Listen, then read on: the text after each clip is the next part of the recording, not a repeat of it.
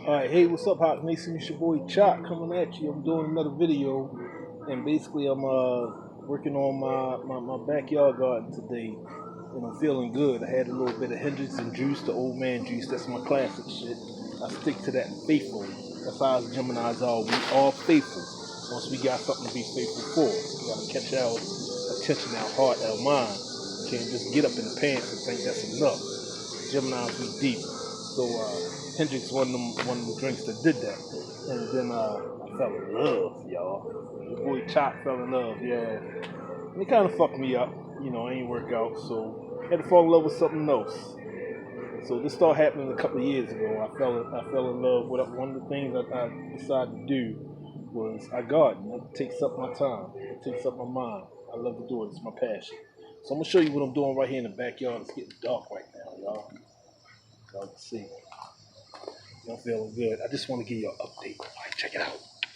All right, so first of all, as you can see, I got some buckets here. And I'm doing some transplanting in. Some of the plants that I made up to sell, they didn't sell. People just not into urban gardening, and or they think it's too late in the season, which is a lie, because I'm still harvesting stuff and planting stuff, and we'll still harvest stuff up until October. You'd be surprised what you can still grow. So this is my yellow pear tomato plant. This is one of them. And the tomatoes are shaped like pears. And then I have them mixed in with grape cherry tomatoes. So it's actually 3 plants in this pot. No, I'm sorry, 5 plants in this pot. And they're giving me little small, just edible, quick throw in the salad. Oh, look at that. No problem. Fried green tomatoes. I'll take that. But I'm getting plenty out of here. Nice little cluster. And this is a new potato pot that I started. This potato pot actually has some volunteer sugar snap peas that volunteers start to come out. So I'm gonna let them grow in along with the potatoes. I can harvest them before the potatoes are even ready. And here is my pepper plant. What's nice about peppers is I can go along and pollinate these myself with a vibrating toothbrush, electric toothbrush. Just vibrate the flowers, and these are giving me plenty of peppers coming out. This turned out to be a nice pepper plant. I was a little worried about it, but it's giving me plenty of peppers. I done harvested about 5 red ones already after they done ripened and turned red, and I have plenty more coming in. This is cayenne pepper, basically Spanish, long Spanish peppers. They're all hidden inside camouflage. I got a red one. They're starting to ripen right here. See that? All right. And this is a potato pot. This is almost ready to harvest. I'm waiting for the leaves to fall back. I'm gonna wait till the end of August to actually do this one because the other guy I had 2 other potato planters, and only one did well. The first one did not do well at all, and this is my first year, so I'm still learning. But the second one, I did get some potatoes out of it, which was little teeny potatoes, cute. Put them in the soup, but they were all organic, and I did that. Look, mommy, look what I did. And this one right here, I'm just gonna let it go a little longer, and hopefully the potatoes will be a little bigger and I get more plentiful. This is one that I just transplanted here. Potato. This is probably a yellow pear. Yes, it is. Forget looking at the tag. Here's one growing. I just transplanted this every bit of 30 minutes ago. What you'll see me doing often is I like to pluck off dead leaves because that promotes more growth and it helps inhibit fungus and other disease spreading to the rest of the plant. And if there are pests that are causing the plant to die, by plucking off the dead leaves, you're helping get rid of the pest as well. So plucking off leaves from a tomato plant is just fine. Tomatoes love to be plucked, they love to be groomed, or what we call pruned. Prune your tomato plant as often as possible. What I did with this pot was I took it, it was in a smaller pot that did not sell, but it was already starting to produce, as you can see here. So I added to this 5-gallon bucket, and I only filled the soil up about 3 inches. And then I planted the tomato. I transplanted, and it had so much stem left. And as most of you know, when you're growing tomatoes, tomatoes will produce roots all throughout the stem. They have these little tiny hairs. I don't know if you can see them. There you go. They have little tiny hairs, and those little tiny hairs, they all will create roots. So the deeper you plant it, and or transplant it, more roots will grow. The stronger the plant will be, the less chances of the wind taking over and or pests destroying your plant, because it has a strong foundation, because it has plenty of roots.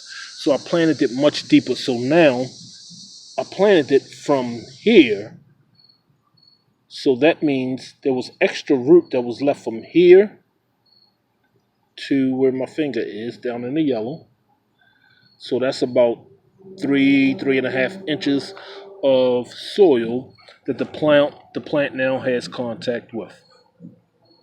Here's another plant. This is probably a regular cherry tomato plant, and it has a couple of flowers. I took my vibrating toothbrush and I just let it buzz on it for a little while. Here are some of my backyard sunflower seeds. One has started to sprout. Take a look at that one.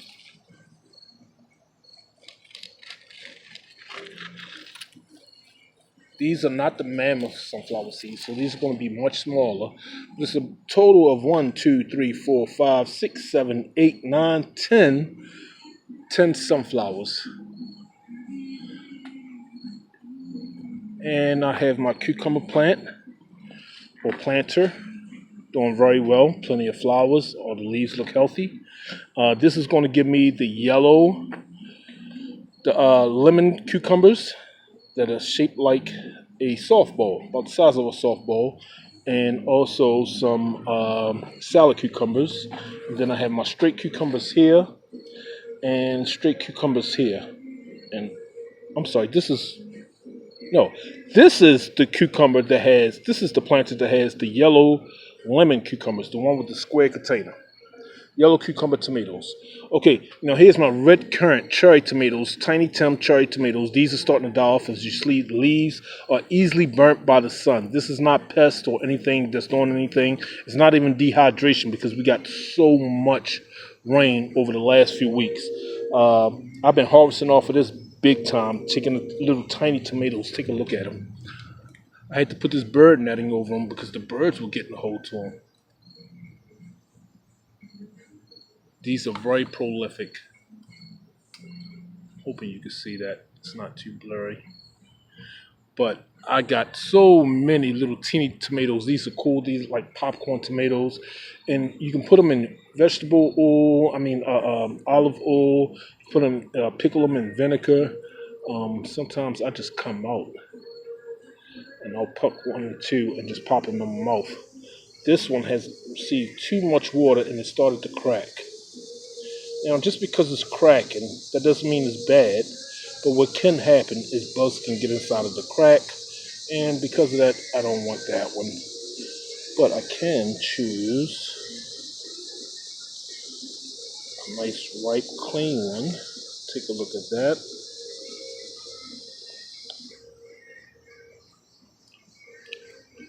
Nice little snack as you're in the garden. So, Hawk Nation, this is your boy Chalk, the Underground Hip Hop Gardener. Just wanted to give you an update on what's going on. And I appreciate anybody that follows me. And if you have any questions, please feel free to leave a comment in the comment box. And I'll gladly answer any questions. And share your pictures, your videos of what you're doing with your garden. And don't forget, it is not too late to start another plant. Some plants will grow all the way until the end of September. And then we also have the fall crop. So I'm actually working on my fall crop now. So I'll have this going all the way until the cold season. All right, feed God's children. Your fridge will never go empty. Your boy Chalk.